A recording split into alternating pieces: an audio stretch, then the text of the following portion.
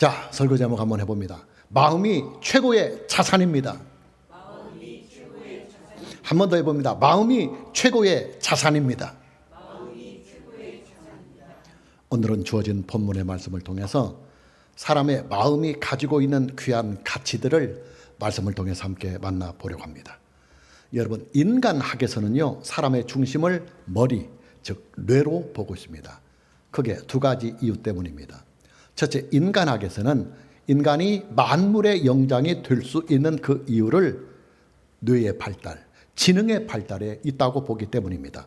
물론 이런 이론은 진화론과 깊은 관계가 있습니다. 그리고 두 번째 이유는 사람의 모든 신체적인 구조가 뇌의 명령을 받고 있기 때문입니다. 뇌는 몸의 움직임과 행동을 관장하고 또 신체의 향상성을 유지시키며 인지와 감정 그리고 기억과 학습 기능을 담당을 합니다. 그렇기 때문에 현대 교육은 그 초점을 머리에 맞추고 있습니다. 초등교육은 사람의 머리에 기초적인 지식을 주는 일에 그 초점을 맞추고 있고, 또 중등교육은 사람의 머리에 삶에 필요한 일반적인 지식을 주는 일에 그 초점을 맞추고 있습니다. 그리고 전문교육은 사람의 머리에 전문적인 지식을 주는 일에 그 타겟을 맞추고 있습니다. 여러분, 사람은요, 교육을 잘 받게 되면 우수한 머리를 가지게 됩니다. 그리고 그 우수한 머리를 가지고 경쟁력을 필요로 하는 우리의 인생에서 자기의 자리를 든든하게 잘 잡고 활발하게 자기의 능력을 펼쳐 나갈 수가 있는 것입니다. 그래서 우리의 부모님들이 자식들의 교육을 우수한 성적을 내는 일에 그 포커스를 집중적으로 맞추고 있는 것입니다. 그러나 성경은 사람의 중심을 뇌, 즉 머리에 보지 않고 사람의 심장, 사람의 마음을 사람의 중심으로 보고 있습니다. 그 이유가 뭐냐? 첫째, 하나님께서 사람을 창조하실 때 형상대로 창조를 하셨는데 그 하나님의 형상이 구체적으로 사람의 어느 부분에 위치를 하고 있느냐 하면 사람의 마음에, 즉 사람의 심장에 하나님의 형상이 위치를 하고 있기 때문입니다. 우리가 알다시피 하나님께서는 영으로 존재하시는 분이십니다. 물질이 없으시고 형체를 가지지 아니하시는 분이십니다.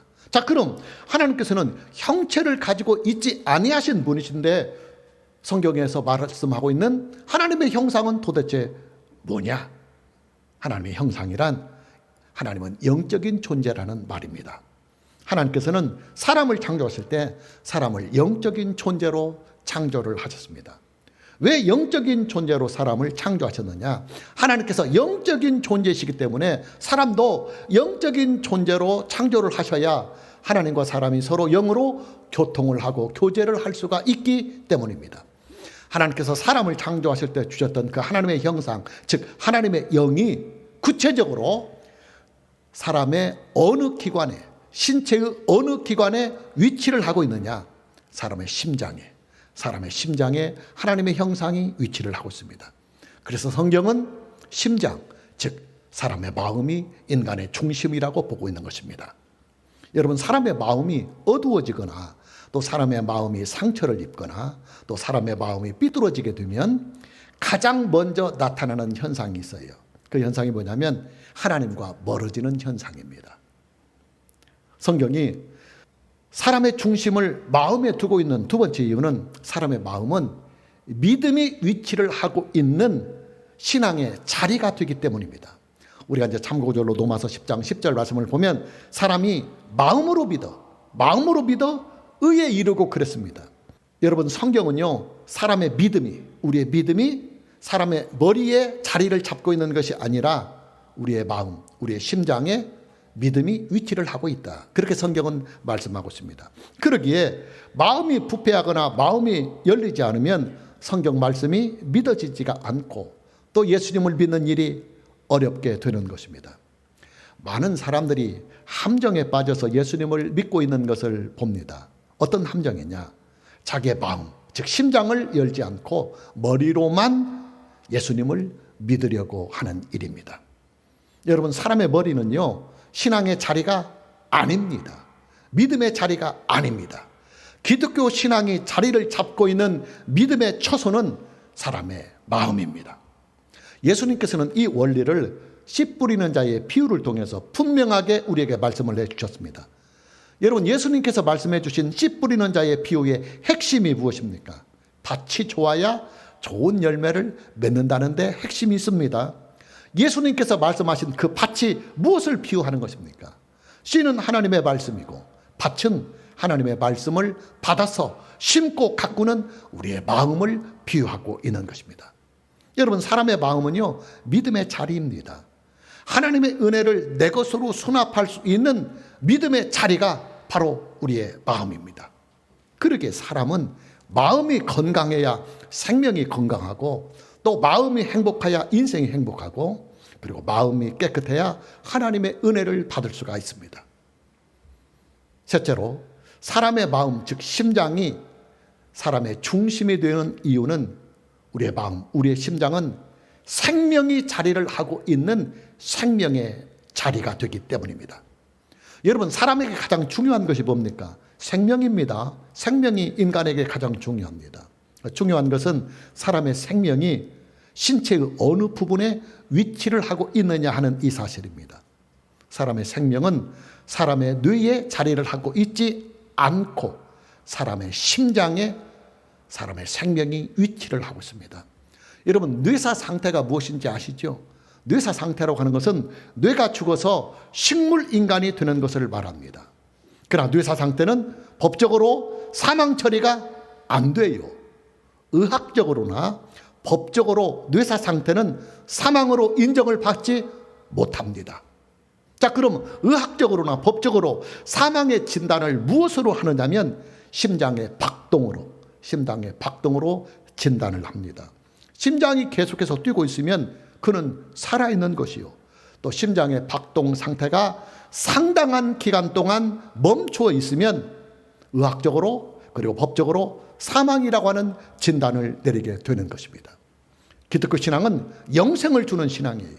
생명을 주는 신앙입니다. 그런데 그 사람의 생명이 사람의 심장, 즉 마음의 자리를 잡고 있기 때문에 성경은 인간의 중심을, 사람의 중심을 뇌에 두지 않고 우리의 심장, 즉 마음에 두고 있는 것입니다. 또 한 가지, 성경이 사람의 중심을 심장, 즉 마음에 두고 있는 이유는 사람의 마음은 인격이 자리를 잡고 있는 인격의 자리이고, 또 동시에 우리가 행복을 느낄 수 있는 행복의 자리가 되기 때문입니다. 어른들이 인품이 아주 못된 사람을 뭐라고 표현을 하느냐면, 저놈 참 심보가 고약하다, 이렇게 표현을 합니다. 사람의 인격이나 성품이 심보에서, 즉 마음에서 나온다는 말입니다. 이뿐만이 아니에요. 사람의 마음은 행복을 느끼는 자리입니다. 마음에서 행복을 느끼지 못하면 우울증이 걸립니다. 그러기에 하나님께서는 마음이 바르게 잘 세워져 있는 사람을 찾으시고, 그리고 마음이 올바른 사람을 찾아서 그와 함께 하시고, 또 그에게 은혜를 주셔서 그를 통해서 영광을 받으시며 그를 하나님의 뜻대로 사용을 하시는 것입니다. 우리는 지난주에 이런 말씀을 만나서요, 하나님께서는 사울왕을 보내시고 아직 15살 정도밖에 되지 아니하는 소년 다윗에게 자기 왕을 상징하는 기름을 부어서 이스라엘의 제2대 왕으로 준비를 해 나가시는 내용을 보았습니다. 하나님께서 왜 사울왕을 버리시느냐? 사울왕은 그 마음이 아주 삐뚤어지고 부패하였기 때문입니다. 사울왕의 마음은 항상 하나님의 마음과 삐딱선을 타고 있었습니다. 하나님께서는 마음이 병들어 있는 사울왕을 버리시고 다윗을 선택하십니다. 다윗의 나이 불과 15살 정도 때 말입니다. 하나님께서 다윗을 선택하신 그 이유가 뭐냐? 다윗은 그 중심이, 즉 그의 마음이 아주 잘 잡혀져 있었기 때문입니다. 우리가 참고절로 사무엘상 16장 7절 말씀을 보면, 여호와께서 사무엘에게 이르시되 그의 용모와 키를 보지 말라, 내가 이미 그를 버렸노라. 여기서부터 중요합니다. 내가 보는 것은 사람과 같지 아니하니 사람은 외모를 보거니와 나 여호와는 중심. 여기서 사람의 중심이 마음이라고 그랬잖아요. 그러니까 나 여호와는 중심, 즉 마음을 보느니라. 하나님께서 다윗을 선택하신 그 이유가 뭐냐면, 다윗의 중심, 즉 다윗의 마음이 하나님께 너무 들어받았다 그 말이에요. 다윗은 그 마음이 하나님의 마음과 너무나 잘 맞았습니다. 우리가 참고적으로 다시 사도행전 13장 22절과 23절 말씀을 보면 패하시고 다윗을 왕으로 세우시고 증언하여 이르시되 내가 이새의 아들 다윗을 만나니 내 마음에 맞는 사람이라. 내 마음에 맞는 사람이라. 내 뜻을 다 이루리라 하시더니 하나님이 약속하신 대로 이 사람의 후손에서 이스라엘을 위하여 구주를 세우셨으니 곧 예수라. 여러분, 다윗은요 하나님의 마음과 아주 잘 맞는 마음을 가지고 있었어요. 하나님께서는 하나님의 마음과 너무나 잘 맞는 이 다윗을 통해서 하나님의 뜻을 다 이루시겠다고 선포를 하셨습니다. 그 하나님의 뜻이 뭐냐? 예수 그리스도를 이 세상에 보내실 때 다윗의 혈통, 즉 다윗의 족보를 가지고 이 세상에 오게 하시겠다는 약속입니다. 여러분, 하나님의 독생자께서 이 세상을 구원하시기 위하여 완전한 사람으로 이 세상에 오시는 그 일이 말입니다. 하나님께서 얼마나 심사숙고를 하셔서 예수 그리스도께서 태어날 그 가문을 고르고 또 골라서 선택을 하셨겠습니까? 하나님께서는 지구상에 존재하고 있는 모든 가족, 모든 가문들 중에서 가장 좋은 가문을 선택을 하셔서 그 가문의 혈통을 가지고 예수 그리스도가 이 세상에 태어나게 하셨습니다.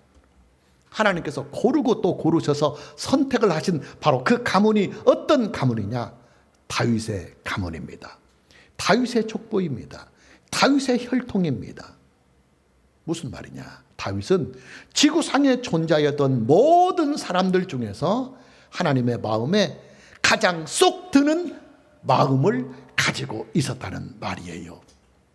하나님께서 다윗의 무엇을 보셨느냐? 다윗의 학벌이나 다윗의 용모나 다윗의 능력이 아니었습니다. 하나님께서 다윗을 보신 것은 하나, 그의 중심, 즉 그의 마음을 보셨습니다. 다윗은 그 마음이 하나님의 마음과 너무나 잘 맞았습니다. 여러분, 하나님의 마음과 잘 맞는다고 하는 이 일은요, 인간이 하나님께 받을 수 있는 최고의 복입니다. 바꿔 말하면 인간이 하나님께 얻고 누릴 수 있는 최고의 복은 바로 마음의 복, 마음의 복이라는 말입니다. 자, 이건 제 말이 아니라 예수님께서 직접 하신 말씀입니다. 여러분, 예수님께서 공생애를 시작하시면서 첫 번째로 행하신 설교가 뭐냐면 산상에서 행하신 설교입니다. 그래서 우리는 예수님께서 산상에서 행하신 이 설교를 산상순이다, 그렇게 부르고 있습니다. 신약성경의 첫 번째 말씀인 마태복음을 보면 예수님께서 행하신 산상 설교가 비교적 자세하게 잘 기록이 되어 있습니다. 예수님의 산상순의 첫 서두가 뭐냐? 그 유명한 팔복에 대한 설교입니다. 자, 성경 말씀을 함께 찾아봅니다. 마태복음 5장 1절에서부터 10절까지입니다. 예수께서 무리를 보시고 산에 올라가 앉으시니 제자들이 나온지라 입을 열어 가르쳐 이르시되, 여기서부터 산상순이 시작되었다는 말입니다. 심령이 가난한 자는 복이 있나니 천국이 그들의 젖이며, 애통하는 자는 복이 있나니 그들이 위로를 받을 것이며, 온유한 자는 복이 있나니 그들이 땅을 기업으로 받을 것이며, 의에 줄이고 목마른 자는 복이 있나니 그들이 배부를 것이며, 또 긍휼히 여기는 자는 복이 있나니 그들이 긍휼히 여김을 받을 것이요, 마음이 청결한 자는 복이 있나니 그들이 하나님을 볼 것이며, 또 화평케 하는 자는 복이 있나니 그들이 하나님의 아들아 일컬음을 받을 것이며, 의를 위하여 박해를 받은 자는 복이 있나니 천국이 그들의 것입니다. 자, 여러분, 모니터에 나가고 있는 성경 말씀을 눈여겨 잘 보십시오. 예수님께서 말씀하신 이 8가지의 복이 뭡니까? 3절 말씀부터 차례로 보면 심령이 가난한 자는 복이 있다고 말씀하셨습니다. 4절 애통하는 자는 복이 있다. 5절 온유한 자는 복이 있다. 6절 의에 줄이고 목마른 자가 복이 있다. 7절 긍휼히 여기는 자가 복이 있다. 8절 마음이 청결한 자가 복이 있다. 9절 화평케 하는 자가 복이 있다. 10절 의를 위하여 박해를 받는 자가 복이 있다. 그런데 여러분 잘 보십시오. 예수님께서 말씀하신 이 8가지의 복은요, 결국은 다 마음의 복이에요. 마음의 복. 총 8가지의 복 중에서 2번은 마음이라고 하는 이 단어를 직접 사용을 하셨고, 6번은 마음의 상태를 나타내는 단어들을 사용을 하셨습니다. 자, 무슨 말이냐? 예수님께서 산상수훈을 통해서 말씀하신 8복, 즉 8가지 이 복은 결국 마음의 복이라는 말이에요. 그만큼 우리의 마음이 중요하다는 말입니다. 다윗은 하나님의 마음에 아주 쏙 드는 좋은 마음을 가지고 있었습니다. 그리고 다윗의 이런 마음은 골리앗과의 전투를 통해서 여실하게 증명이 되었습니다. 다윗은 나라의 존폐가 걸려있는 전투에서 하나님의 마음으로 그 전투에 뛰어들었습니다. 불과 15살 정도의 어린 나이의 말입니다. 그것도 골리앗을 상대로 말입니다. 소년 다윗이 골리앗과의 이 전투에 뛰어든 이유는 그의 중심, 즉 다윗의 마음이 항상 하나님의 마음과 너무나 잘 맞아떨어졌기 때문입니다. 다윗은 골리앗이 이스라엘의 군대를 모욕하면서 이스라엘의 군대를 벌벌 떨게 하는 그 현장을 목격하자 즉각적으로 하나님의 마음을 읽을 수가 있었습니다. 하나님의 마음이 뭐냐? 하나님의 군대를 모욕하는 골리앗을 향해서 여호와의 이름으로 싸워줄 장수를 찾고 있는 마음, 그것이 바로 하나님의 마음이었습니다. 소년 다윗은 그런 하나님의 마음을 읽자마자 곧바로 골리앗을 향해서 여호와의 이름으로 싸울 수가 있었던 것입니다. 자, 그러니 여러분, 하나님의 입장에서 볼 때 소년 다윗이 얼마나 이쁘고 얼마나 기특하고 얼마나 대견스러워 하겠습니까? 오늘 본문의 말씀을 보면 하나님께서 다윗과 함께 하셨다는 말씀이 3번 계속해서 나옵니다. 본문 12절 말씀을 보면 여호와께서 사울을 떠나 다윗과 함께 계심으로 사울이 그를 두려워했다 그랬습니다. 그리고 계속해서 본문 14절 말씀을 보면 다윗이 그의 모든 일을 지혜롭게 행하니라 여호와께서 그와 함께 계시니라 그랬습니다. 또 다시 본문 28절과 29절 말씀을 보면 여호와께서 다윗과 함께 계심을 사울이 보고 알았고 사울의 땅 미갈도 그를 사랑하므로 사울이 다윗을 더욱더욱 두려워하여 평생에 다윗의 대적이 되었다고 성경은 기록하고 있습니다. 성경은 여호와 하나님께서 다윗과 함께 하심으로 사울 왕이 다윗을 두려워하였는데 그 두려움의 정도가 얼마나 컸느냐 하면 사울 왕이 왕으로 재직하고 있는, 또 사울 왕이 살아있는 평생 동안 다윗의 대적이 되었다고 성경은 말씀을 하고 있습니다. 여기에서 다윗의 대적이 되었다고 하는 이 말씀은 사울 왕은 다윗을 두려워해서 평생 동안 다윗을 경계하고 또 틈만 나면 죽이려고 했다는 말이에요. 여러분, 사울 왕이 누굽니까?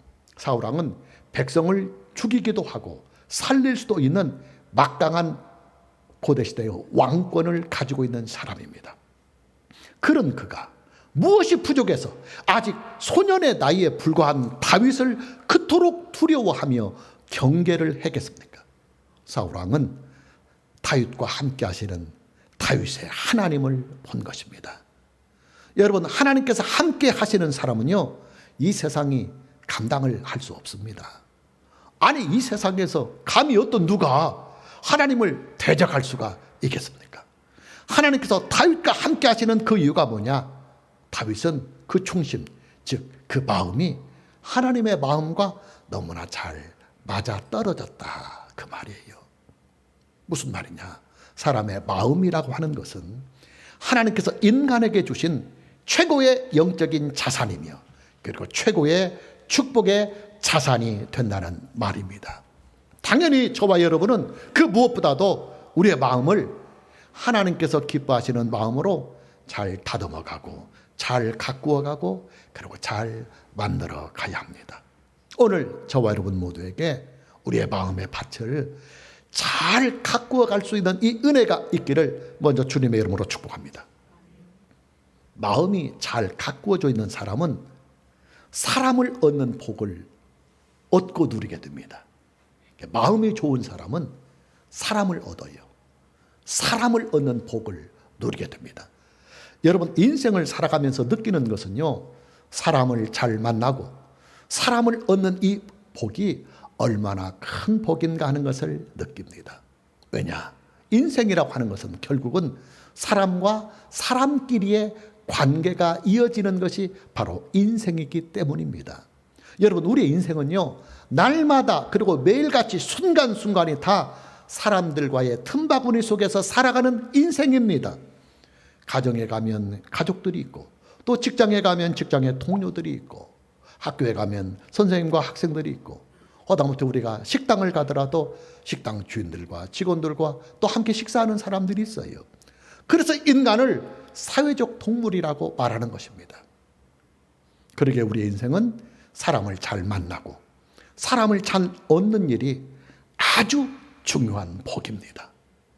여러분, 저는요, 전주 시편교회 공동체 안에서 여러분을 만나고 또 여러분을 성도로 얻은 이 일에 대하여 정말로 하나님께 늘 감사하고 있는 사람입니다. 지금 제가 얻고 누리고 있는 안정 그리고 평안, 이 행복은요, 여러분들이 제게 있고 또 여러분들이 저를 사랑해 주시고 또 여러분들이 저를 신뢰해 주기 때문에 이 복을 제가 지금 얻고 누리고 있는 것입니다. 저와 여러분은 마음이 아주 잘 맞아요. 그러기에 저와 여러분은 지금까지 단 한 번도 삐딱선을 타본 일이 없습니다. 제가 무슨 말을 하든지 여러분은 그냥 다 예스입니다. 저 또한 여러분이 무슨 말을 하든지 저는 늘 오케이입니다. 여러분, 이런 복은요, 목회를 하는 목사에게는 최상의 복입니다. 여러분, 목사에게 최고의 복이 뭡니까? 성도들을 잘 만나는 복입니다. 그리고 여러분들 마찬가지예요. 여러분들도 교회 생활에서 복이 담임 목사를 잘 만나는 것이 복이에요.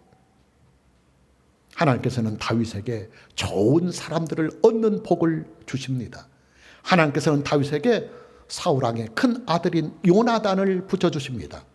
요나단은 다윗의 마음이 바르게 잘 잡혀져 있다는 것을 알고 다윗을 그의 평생의 친구요 그리고 평생의 동역자로 삼게 됩니다.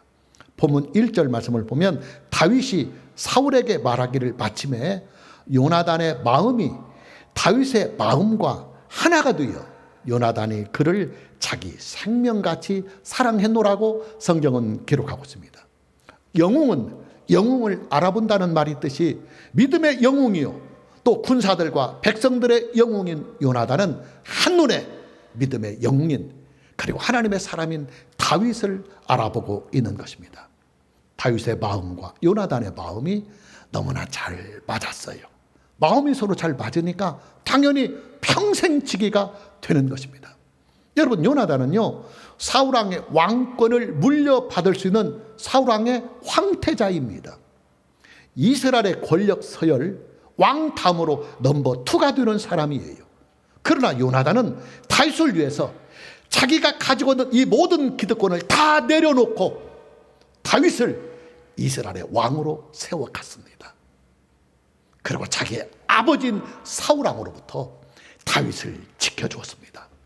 이뿐만이 아니에요. 하나님께서는 다윗에게 사울왕의 신하들을 붙여주시고 또 이스라엘의 모든 백성들까지 붙여주시고 그리고 이스라엘의 모든 군대까지도 다윗에게 다 붙여주셔서 백성들 또 신하들 군대들 모두가 다윗을 신뢰하게 하셨습니다. 여러분, 다윗은요 장차 이스라엘의 왕이 될 사람입니다. 그런 그에게 사울왕의 왕권을 이어받을 수 있는 황태자가 자기의 기득권을 다 내려놓고 다윗을 왕으로 밀어주고 있고 또 사울왕의 모든 신하들과 이스라엘의 모든 백성들과 이스라엘의 온 군대가 다윗에게 온전한 신임을 주고 있다고 하는 이 말은요 그야말로 다윗이 누릴 수 있는 현실적인 최고의 복입니다. 이런 복이 다윗에게 어떻게 다 오게 되느냐? 다윗의 마음이 하나님과 잘 맞고 또 다윗의 마음이 사울왕의 황태자인 요나단과 잘 맞고 또 다윗의 마음이 사울왕의 신하들과도 잘 맞고 또 다윗의 마음이 이스라엘의 온 백성들과도 너무나 잘 맞고 또 다윗의 마음이 이스라엘 온 군사들과 마음이 너무나 잘 맞았기 때문에 마음이 맞으니까 하나가 될 수 있는 것입니다. 마무리합니다. 여러분, 마음의 복이 최고의 복이며 그리고 최상의 복입니다. 왜냐? 하나님의 은혜와 복을 받고 누리는 자리가 우리의 마음이기 때문입니다. 하나님께서는 우리에게 은혜와 복을 주실 때 마음의 그릇에 담아주십니다. 여러분들이 음식을 만들어서 가족들에게 음식을 주려면 그릇에 담아주잖아요. 자, 하나님께서 그의 사랑하시는 자녀들에게 은혜와 복을 주실 때도 영적인 그릇에 딱 담아주십니다. 그냥 막 흐트러지는 게 아니고 그릇에 딱 담아주십니다. 근데 하나님께서 우리에게 은혜와 복을 담아주시는 그릇이 뭐냐면 마음의 그릇입니다. 하나님은 우리의 마음에 은혜를 주시고 우리의 마음에 믿음을 주시고 우리의 마음에 하나님의 말씀을 주셔서 그 마음에서 말씀의 씨가 자라게 하시고 믿음이 성장케 하시고 하나님의 은혜가 충만케 해주셔서 결국 그런 은혜와 복과 하나님의 말씀의 열매들이 우리의 생명과 인생의 모든 영역에 30배, 60배, 100배의 결실을 맺게 하는 것입니다. 오늘 저와 여러분 모두에게 마음을 잘 가꾸어 갈 수 있는 이 은혜가 있기를 다시 한번 주님의 이름으로 축복합니다. 찬양합니다.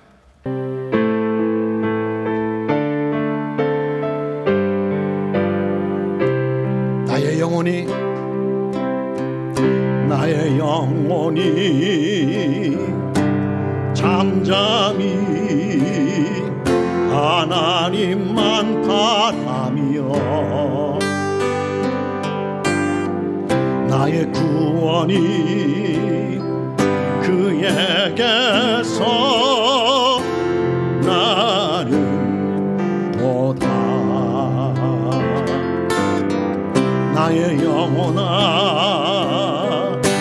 잠잠히 하나님만 바라라.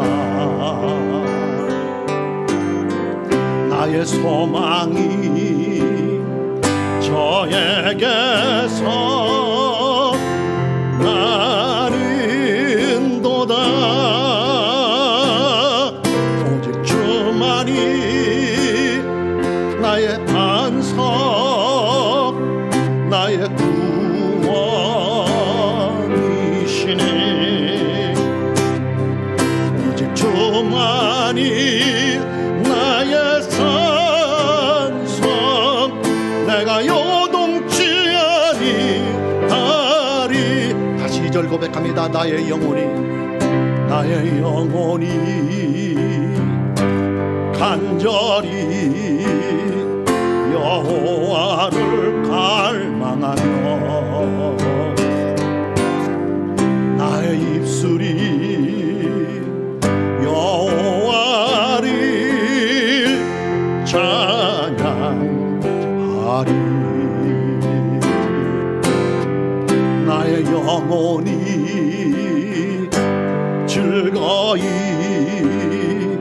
여호와를 따르리니 나의 평생에 여호와를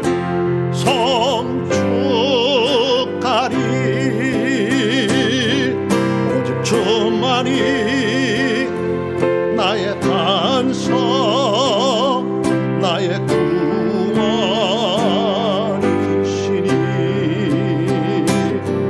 오직 주만이 나의 산성 내가 요동치 아니하리. 나의 구원 나의 영광 하나님께 있으니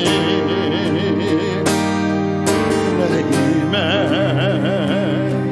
반석과 피난처 되시네. 오직 주만이 나의 반석 나의 구원